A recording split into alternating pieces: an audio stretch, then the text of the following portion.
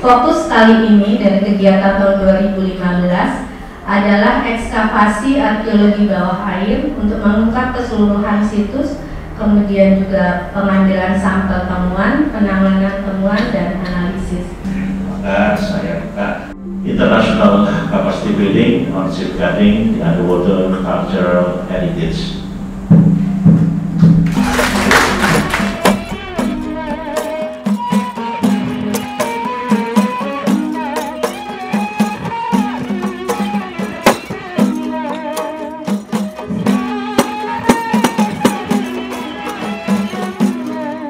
Saya Laude Aksa dari Maluku Utara, Preservation Office in Jambi.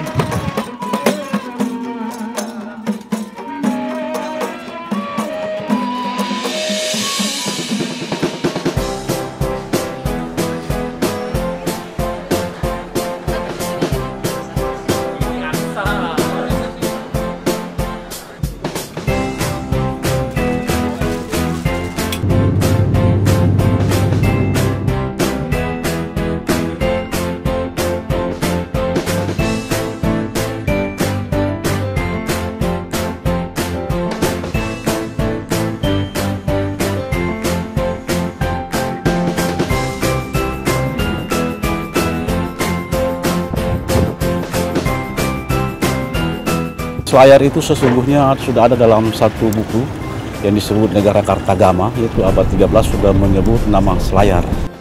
Bentuknya itu seperti udang sehingga orang menyebutnya tanah doang. Nah, kemudian berkembang disebut tanah doang, itu tanah yang berdoa.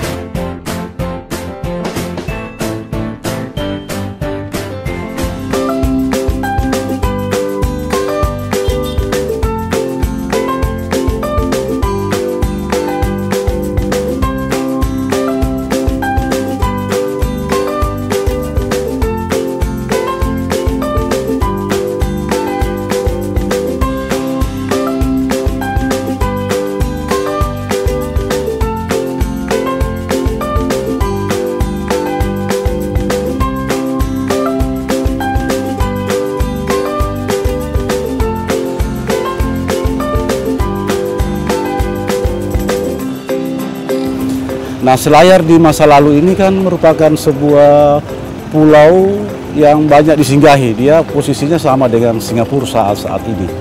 Jadi kapal-kapal yang dari Cina, dari mana itu ada transit di daerah selayar ini. Nah, sehingga di selayar ini banyak kita menemukan kapal-kapal yang karam. Itu mungkin karena badai, mungkin karena bajak laut dan lain-lain.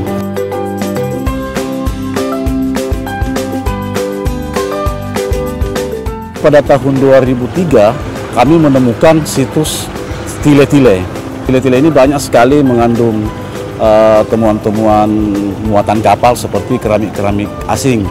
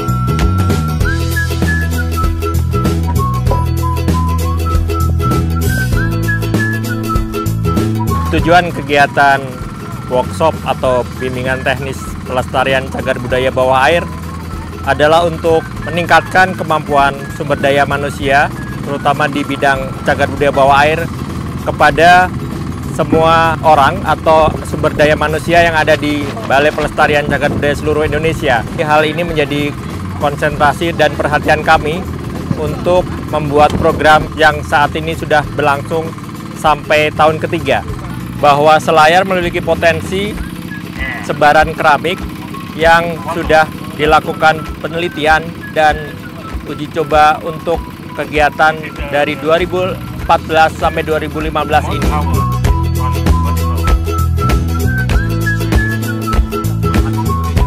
Oke, sementara kita hari ini rencananya adalah simulasi ekskavasi menggunakan airlift.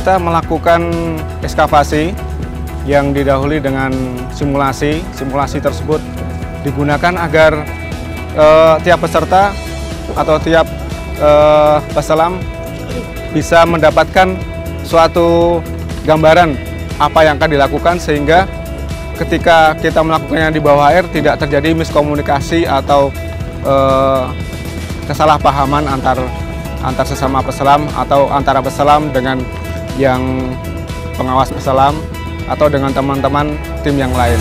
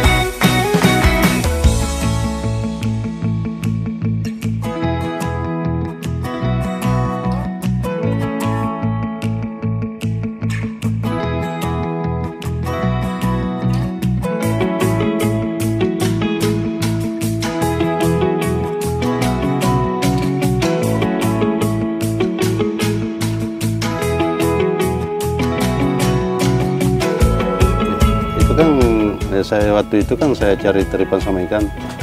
Kebetulan saya mau pulang di kampung, besoknya malamnya saya mimpi. Jadi saya bangunnya itu besok pagi langsung lari ke sini. Waktu itu saya besoknya kan saya ke sini jam 11 bulan 11 hari Kamis. Saya cari ini tempat.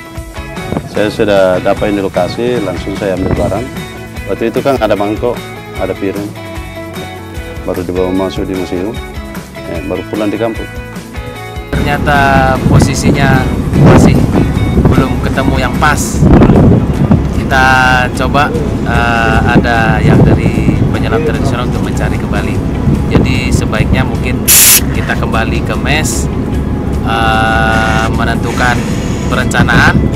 Besok Sabtu sudah tinggal melakukan aktivitas sesuai rencana.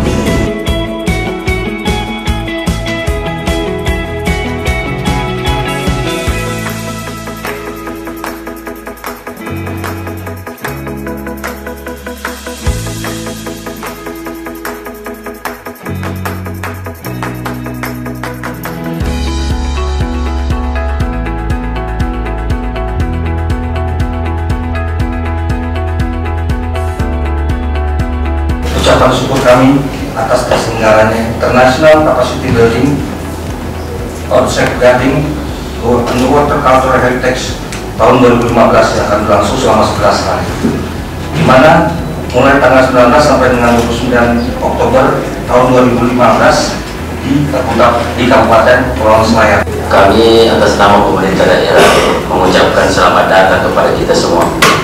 Walaupun mungkin sudah 2 hari barangkali berada di Selayar, ya sudah 2 hari berada di Selayar mengikuti sudah ada beberapa kegiatan yang dilakukan. tapi tidak ada salahnya pada hari ini kita melakukan acara audiensi.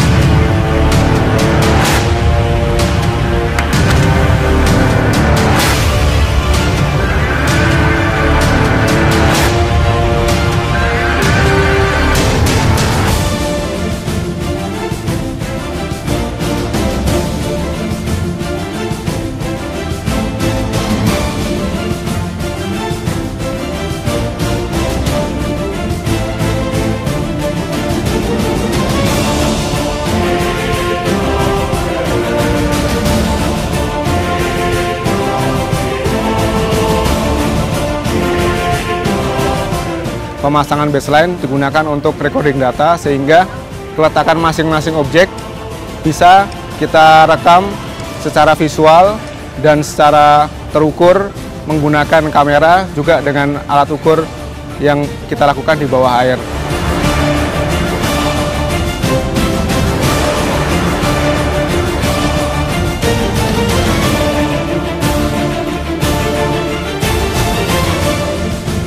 Underwater excavation is also a part of underwater archaeology.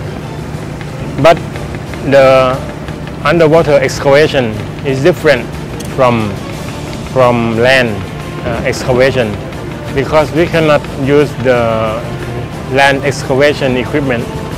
We need to use the special equipment that invent for underwater excavation. And then we have to learn not only why we have to excavate, but we have to learn how to use the equipment. For this case, we try to learn how to use the airlift for excavation in a small area to see what is going on underneath the surface.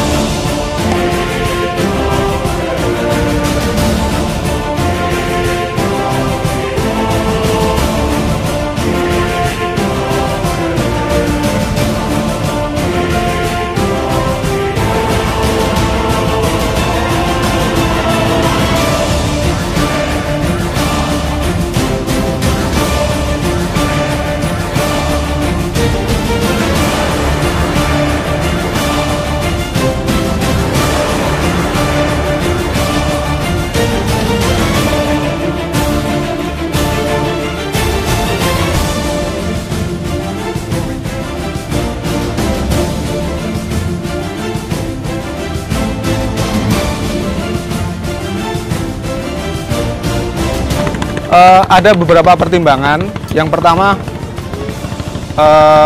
peraturan bagaimana penanganan benda yang diangkat dari dasar laut. Itu yang pasti kita harus memastikan bahwa semuanya harus didahului dengan perekaman data.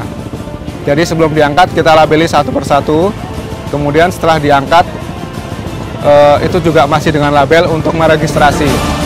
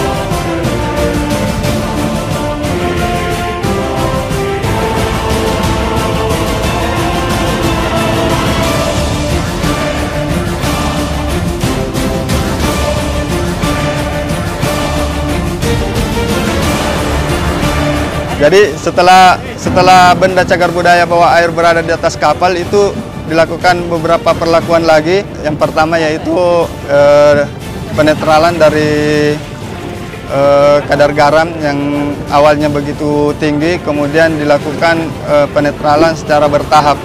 Jadi berdasarkan materi dan praktik yang kami lakukan kemarin itu, benda yang telah diangkat itu pertamanya direndam di air garam yang kadarnya sama pada saat dia berada di dasar laut. Kemudian secara bertahap itu dilakukan penambahan dengan air tawar sampai dia netral. Setelah netral kemudian dipindahkan ke tempat lain untuk packing, tapi benda itu harus tetap dalam kondisi basah.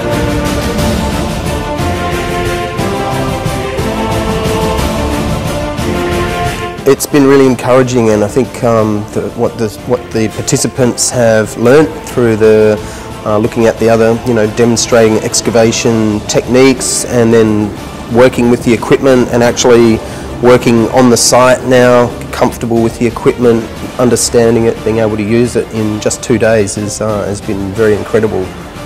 Well, I hope they enjoy underwater archaeology. I hope they continue to work on sites in Indonesia, and just every site's new, every site's different. So me, I'm always learning too. I'm still learning, and so the more sites that people see, the more they understand. That will raise the understanding and the knowledge in Indonesia. I hope the networking is very important, so not just among the Indonesian staff of the offices and the regions, but also in Southeast Asia, because maritime archaeology is also very interesting because it's about the trade between the countries, and so being able to have that network with other underwater archaeologists in other countries to compare sites, compare knowledge, compare research is really important. So yeah, I think the ongoing learning and networking and publishing their work would be fantastic. This program is an excellent platform for sharing knowledge between regions in Southeast Asia and also in Australia in the preservation and protection of underwater cultural heritage. So it builds a network not only among Indonesia but also the larger region of Southeast Asia, which has different, shall we say, types of underwater cultural heritage and also the methodology of doing it. So as instructors, we are here to share our knowledge on the different types of underwater cultural heritage in our different countries and share it within Indonesia. Satu proses perlindungan adalah sonasi, di mana sonasi itu menentukan garis-garis inti, penyangga, dan pengembangan. Kami membagi atas 3. Ada situs inti itu tidak ada boleh aktivitas apapun yang bisa mengancam situs itu sendiri. Kemudian ada situs penyangga. Nah, penyangga itu ya bisa ada aktivitas seperti penanaman karang, pembudidayaan rumput laut, Kemudian situs pengembangan ya, itu pengembangan kita bisa untuk wisata, untuk desa dan lain sebagainya.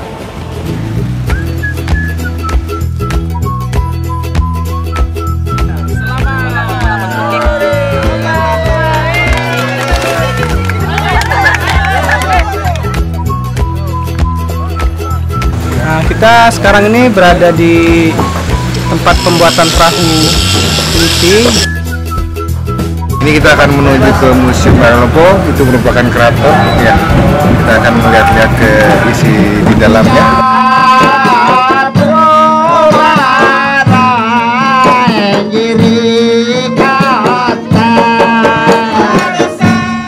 Dengan ini atas nama Direktorat Pelestarian Cagar Budaya dan Permusiman, acara kami tutup.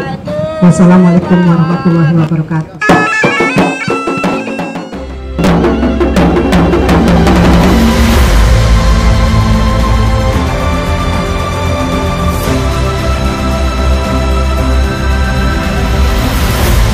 Kami sangat mengharapkan kegiatan-kegiatan berikutnya itu sudah bisa lah melakukan penanganan terhadap cagar budaya bawah air, terutama itu apakah melakukan eskavasi atau penanganan setelah eskavasi.